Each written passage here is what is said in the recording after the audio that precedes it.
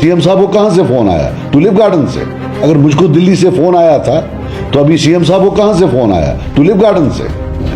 आज मैंने एक अभी स्टेटमेंट देखा सीएम साहब का, जिसमें वो कहते हैं कि एक टेक्निकल एरर हुआ और कह रहे हैं कि एडजॉर्नमेंट मोशन रूलिंग पार्टी ला ही नहीं सकती है। मेरा ये कहना है कि 3 दिन पूरी असेंबली को हाईजैक करके रखा नेशनल कॉन्फ्रेंस के मेंबर्स ने, कोई बिजनेस ट्रांजैक्ट करने नहीं दिया। लेकिन 7 अप्रैल 3:19 मैंने एग्जैक्टली सेम ट्वीट किया है। ट्वीट आप आज नहीं कर सकते हैं, ये मैं आपको दिखा रहा हूं। 3:19 7 अप्रैल को मैं इसमें क्लियर लिखता हूं, let me tell my friends in NC that कि एडजॉर्नमेंट मोशन जो है ये सेंश्योर होता है अगेंस्ट द गवर्नमेंट और रूलिंग पार्टी नहीं ला सकती है। इसमें एक मिनिस्टर इंचार्ज होना चाहिए, वो उसको डिफेंड करना चाहिए। और मैं फिर उसमें लिखता हूं कि जो ओनली लेजिस्लेटिव डिवाइस जो हमारे पास कलेक्टिवली है वो एक रेजोल्यूशन की है। ये कहने पर दूसरे दिन मुझको गालियां मारी, बोला दिल्ली से फोन आया है। अगर मुझको दिल्ली से फोन आया था तो अभी सीएम साहब को कहां से फोन आया? टुलिप गार्डन से। एक हद होती है, गिरने की एक हद होती है, झूठ की एक हद होती है। एक वक्फ बिल थी, आप माने या ना माने, जम्मू कश्मीर एक वाहिद मुस्लिम मेजॉरिटी प्रोविंस है हिंदुस्तान में, और हिस्ट्री लिखेगी, रिकॉर्ड करेगी कि इसकी असेंबली ने चुप करके ना इसको कंडेम किया, ना सेंश्योर किया, चुप करके बैठी। और मैं आपको आज बोलता हूं क्यों इसने किया। सिर्फ इसलिए कि जो इन्होंने डकैतियां की हैं उस पर कोई पर्दा ना। वही एक ट्रेड है कि हमसे मत पूछो हमने क्या किया है, हम इसके बारे में चुप करेंगे, हम असेंबली से कोई चीज नहीं आने देंगे। क्योंकि वहां से सारी स्टेट्स एक साइड और जम्मू कश्मीर एक साइड, ये मुस्लिम मेजॉरिटी प्रोविंस है।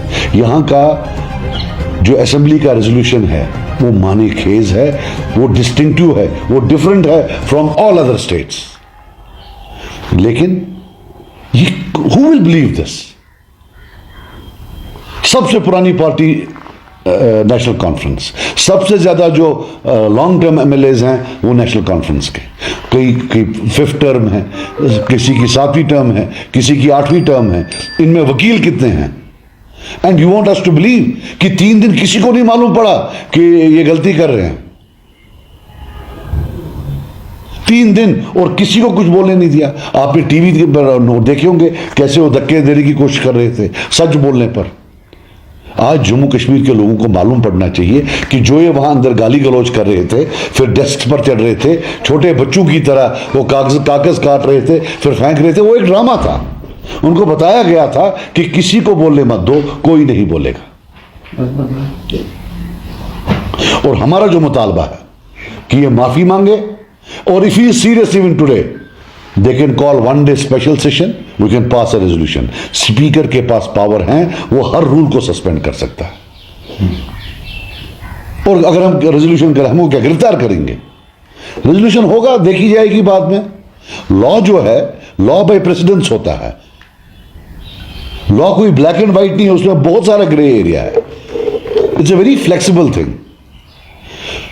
लेकिन जब वहां थे हुमुहिम तो दुमुहिम, स्पीकर साहब एक बात बोल रहे थे, अच्छा स्पीकर साहब ने ये बात भी बोली, लेकिन उन 50 मेंबर्स ने माना ही नहीं। और ये एमएलए क्या करता है इसमें? ये जो गवर्नमेंट रेजोल्यूशन था, गवर्नमेंट हैज द अथॉरिटी कि वो विदाउट नोटिस रेजोल्यूशन ला सकते हैं, उनको बैलेटिंग की जरूरत भी नहीं है, but it has to be moved by member of the cabinet with the approval of the leader of the house which is the CM. और मैंने देखा लुक एट द एरोगेंस, किस एरोगेंस से, हाँ वो टेक्निकल मिस्टेक हो गई। ये वक्त का मामला है, मुसलमानों का मामला है।